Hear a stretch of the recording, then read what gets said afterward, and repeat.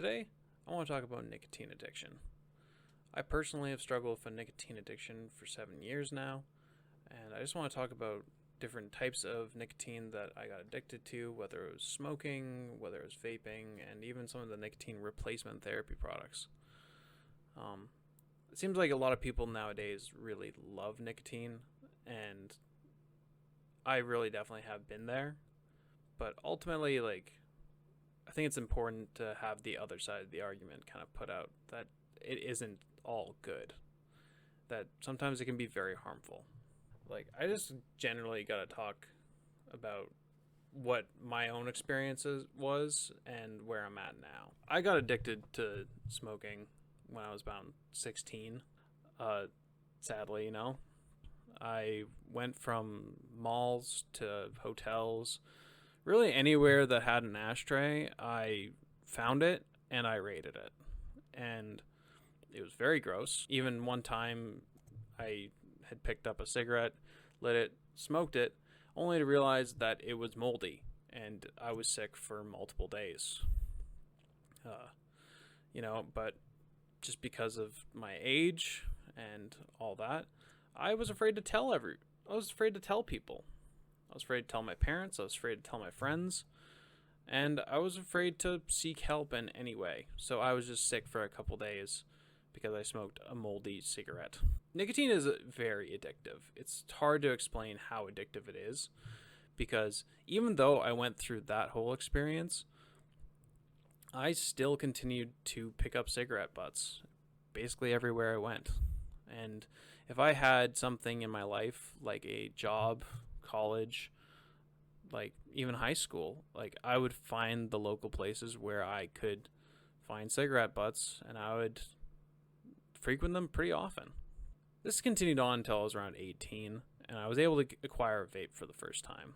And it was life-changing because first of all, it meant I didn't have to smoke moldy cigarettes anymore.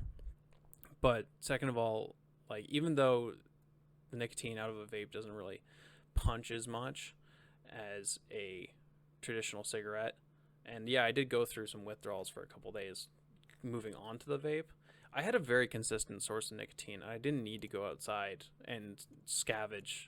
It was nice. But problem was it was always in my pocket, so I was always hitting it, and very quickly you build up a very strong tolerance to nicotine, and eventually you're just hitting it all day. Yeah, the original time when I was vaping, there was just no brakes on it at all either. So, I would just go until I was dizzy or the coil burnt. By the way, burning coils is probably almost sketchier than smoking a cigarette. I don't know what's in a burnt coil, but it makes everyone repulsed, just instantaneously. Ugh. And for good reason. Don't know what it exactly is, but it is not good for you. And I'm not surprised if a lot of people in the future will have really messed up health because of coils being bad. In general, though, I kept vaping for a lot of years. Eventually, just the problem of hitting it all day and, not really being able to focus without it really damages your life. And so I ended up going back on to traditional cigarettes just because I had this problem where I could not stop once I started. And I would start vaping in the morning and I would go all day. It would be the first thing I do is hit a vape. And then I would go vape through my whole day and it'd be the last thing I do before I go to bed. It was a problem. So I eventually transitioned onto regular tobacco. Again, just because I didn't want to be hitting a vape all day. I wanted to have a cigarette break and then go back to whatever I was doing and not having the temptation of always hitting it. Problem is, though, you still build up a tolerance with traditional cigarettes. And since I was older by this point, I was able to just go buy cigarettes for the first time. And yeah, when you just have a pack of cigarettes, you build up that tolerance just like you do a vape. And so it maybe started out with like 5 a day, then it went to 7, then, quickly you're at 10, which is half a pack. And then I believe the worst I got was around a pack a day. And I remember the day I quit smoking cigarettes was the day that I bought a pack at like 3 o'clock one day, and then the next day by 11 a.m. I was buying another one. So it means I crunched 20 cigarettes in that period of time. And honestly, I felt it. My voice was very growly, and I had a bit of a sweat, a bit of a migraine going on. Generally, cigarettes begin to taste a little metallic, and overall, I felt sick. But, nicotine addiction really just wants you to keep going. Sometimes just out of boredom, you don't know what else to do. So eventually, that's when I traded back into vapes. And this is actually finally where I kind of decline. It was a big mountain getting up there, starting with cigarette butts, then going on to vaping, then going back to smoking, and then eventually this is like the going down part, thankfully. So I quit smoking traditional cigarettes, and then I swapped onto disposable vapes. And if you don't know, they're very addictive, very flavorful, and I kind of just ran into the same problem where I was hitting them every day. And I could not stop, and I would hit it about every time I could. If I was in the bathroom, if I had a minute, if I was driving, I'd take smoke breaks at work all the time. My lunches were literally just outside at the smoke pit, just sitting there vaping, because literally it was never enough. It kind of kept like this for a while, just always craving nicotine, always fulfilling that craving. And it was around August last year that I realized I needed to stop.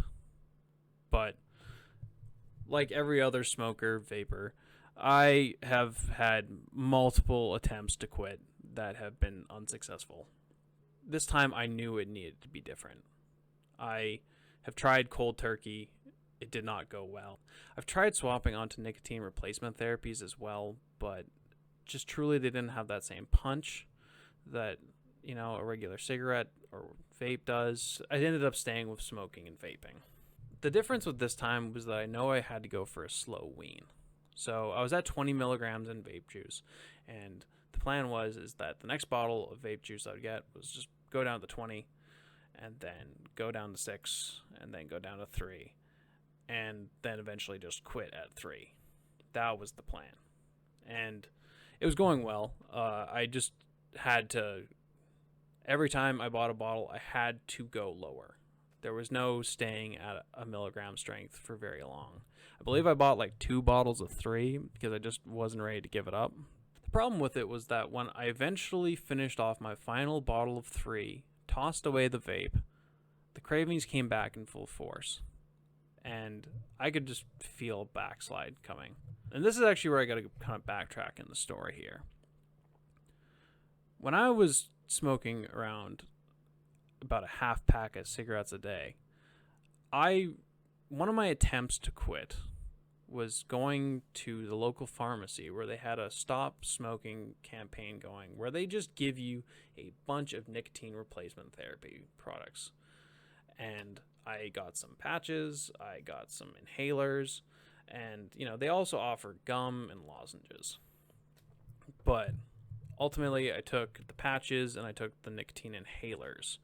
Now, if you don't know what a nicotine inhaler is, it's basically, it looks like a tampon, and if you take this thing off, it's got this little capsule here, and that capsule in that little white part has nicotine salts. So what you just do is you just put it up to your lips, inhale like a cigarette, and it's not supposed to go into your lungs, so don't do that. Trust me, it feels a little weird. Overall, like, you just put it in your mouth and then nicotine absorbs that way, and you get a little nicotine buzz. When I got rid of the vape, I threw it away, and I wasn't going back to it, but I desperately wanted it. I remembered that I had these inhalers. And so I went over to my dresser drawer and I pulled them out. And I actually remember it was very shocking. I I took a little hit of it, and I was like, it's like stronger than the 3 milligram vape juice. I'm getting more of a buzz from a Nicorette inhaler than I was 3 milligram vape juice. It was pretty crazy. And ultimately, that gave me enough of a comfort to get past the hardest part of just quitting vaping and quitting smoking. Sure, there were still temptations there, just to have something, see something come out of my mouth, or, just the taste, the flavor. But generally, you can get over it with enough time. And within a month, I was never going back. And then ultimately, I was using patches too on some of the harder days to really have a nicotine buzz, and then use the inhaler for more of an oral asphyxiation. But eventually I was able to as well just switch on to the Nicorette lozenges, and I never really looked back. The lozenges are probably my favorite product that Nicorette has put out. Just mostly because you put them in your mouth, they dissolve in like 15 minutes. But for 15 minutes, you have a nice little minty thing. It's a little bit spicy, so you can just feel the nicotine, and it's comforting, but at the same time, it relieves the craving.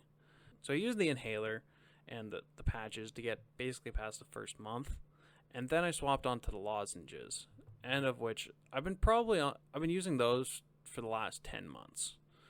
And so I haven't smoked or vaped in 10 months, and I'm pretty proud of it. But at the same time, I'm still using nicotine products with my slow weaning process, and hopefully sometime in the future I'll be able to quit completely. Using some of these nicotine replacement therapy products, I know that they're not the full solution. The full solution is to quit for the betterment of yourself and your health. The full goal is to quit the nicotine replacement therapy as well. It actually says on the box to not go longer than 6 months, but ultimately, it's still better than vaping and smoking. I've noticed a lot of health benefits since I have quit. If you've tried quitting and you've tried just going cold turkey or using nicotine replacement therapies right off the bat and it just doesn't work for you, I would recommend just going on a very slow wean like I did. Go from cigarettes to vaping, and then, bring down your strength. And then once you hop on to nicotine replacement therapy products, it helps a lot. What I thought was going to be the hardest part of the process was swapping from vaping to using the nicotine replacement therapy products. But it ended up being the easiest step, because basically along this whole long journey, I'm withdrawing from all these things, going from lower strength to lower strength.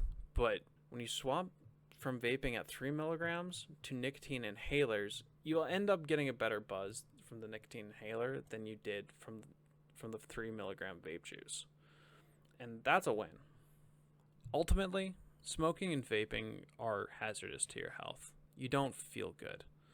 And for your own benefit, I would trying to get off of it if you are using these. If you're not using nicotine, then great. Never do. Honestly, it's extremely addicting, and you don't know what type of person you are until you try it. And, you could always be that one person that just isn't addicted to it, but that's extremely rare. Nicotine is one of the most popular drugs in the world, just next to caffeine. If you are smoking and vaping and you want to make a change in your life, I would recommend trying to swap onto nicotine replacement therapies, either through a slow wean or whatever you feel fit. Ultimately, you're going to feel better. You're going to feel more healthy. Anyways, that's all I have for today. Thank you for watching. Peace.